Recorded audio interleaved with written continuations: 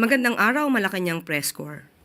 Ngayon, hindi lang mga planta ng kuryente ang inilulunsad ng Pangulo. Pinalalakas din niya ang energy independence ng Pilipinas. Pangulong Ferdinand R. Marcos Jr. pinangunahan ang turnover ng Caliraya, Botocan, Kalayaan Hydropower Plant sa Laguna.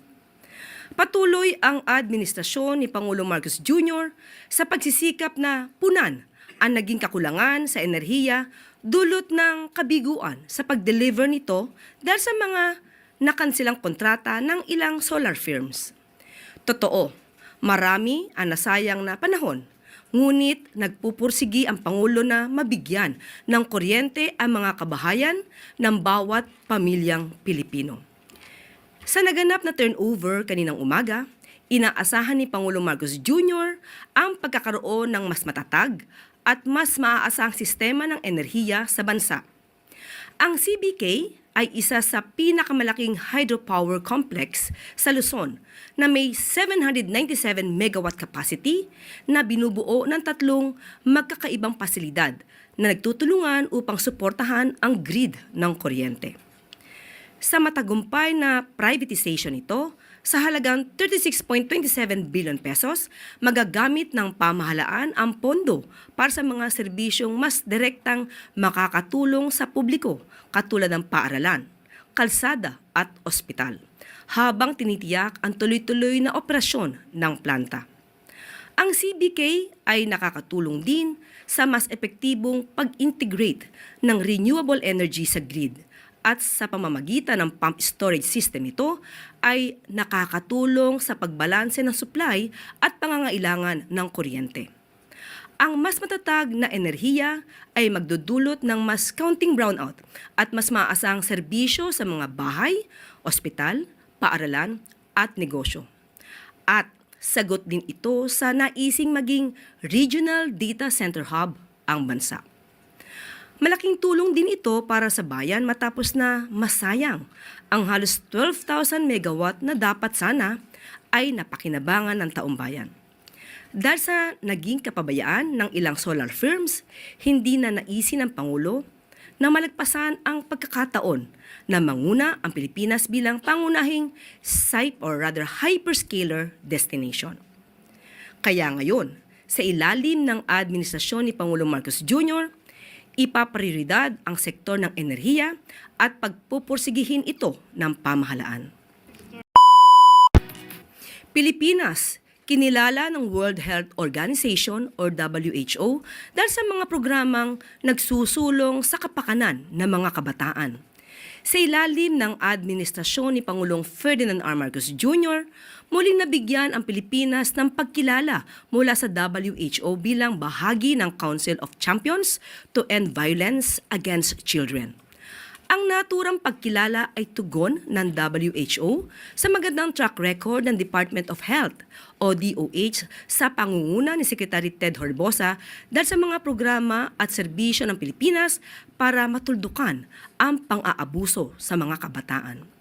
Sa utos ni Pangulong Marcos Jr., mas pinalalakas pa ng DOH ang pagkamit ng Sustainable Development Goal 16.2.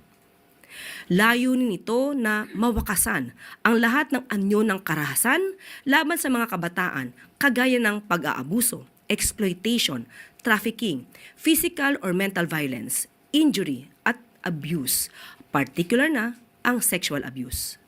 Mahigpit ang mandato ng Pangulo, pangalagaan ang kapakanan ng mga kabataan at kababaihan upang masiguro ang kanilang nutrisyon, kalusugan at kaligtasan.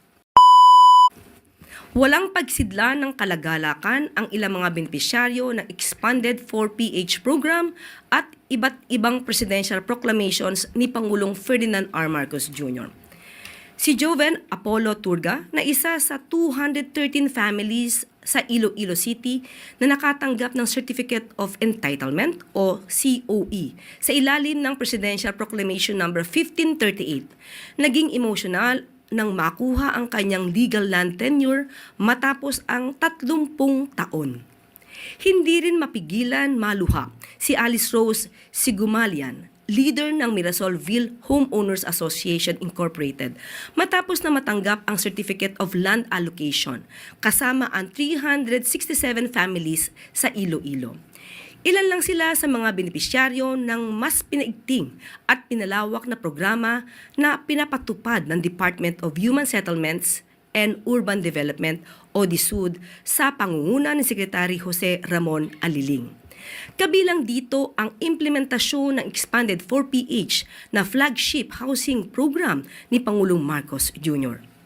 Kamakailan lang din ay namahagi ng mga COE ang DSUD sa tumapos sa dekadang paghihintay ng mga pamilya upang makamit ang security of tenure at kapanatagan sa lupang kanilang tinitirhan. Kabilang dito ang mga benepisyaryo mula sa Nara, Palawan, Los Baños, Laguna, Iloilo City at sa iba pang mga lugar. Sa Occidental Mindoro, na-turnover na rin ang mga kauna-unang horizontal units o house and lot packages sa mga beneficiaries ng Expanded 4PH sa Mindanao. Nagpapatuloy din ang pamamahagi ng COE sa mga beneficiaries sa ilalim ng Enhanced Community Mortgage ng Expanded 4PH. Ang mahakbang na ito ng DSUD ay tugon ng ahensya sa direktiba ng Pangulo para sa paghahatid ng mga mas ligtas at disenteng babahay para sa taumbayan sa ilalim ng mas matatag na bagong Pilipinas. At bago po tayo magtapos, meron po mahalagang announcement. Pangungunahan ni Pangulong Ferdinand R. Marcos Jr. ang isang working visit sa New York, USA sa darating na March 8 to 11. Dadalo si Pangulong Marcos Jr. sa opening ng 70th session of the Commission on the Status of Women. Magbibigay din ang Pangulo ng mensahe sa gaganaping special session ng General Assembly ng United Nations. Makikipagpulong din ang Pangulo sa ilang opisyal ng UN. At dito na po nagtatapos ang ating press briefing. Magandang araw para sa bagong Pilipinas.